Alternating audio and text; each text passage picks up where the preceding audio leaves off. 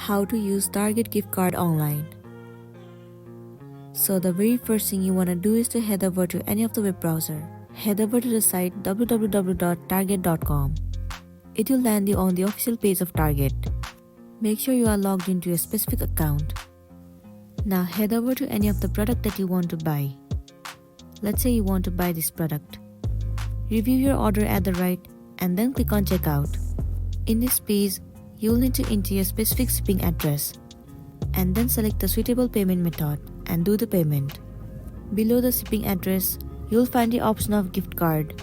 Click on it and then enter your gift card number. Also enter your access number.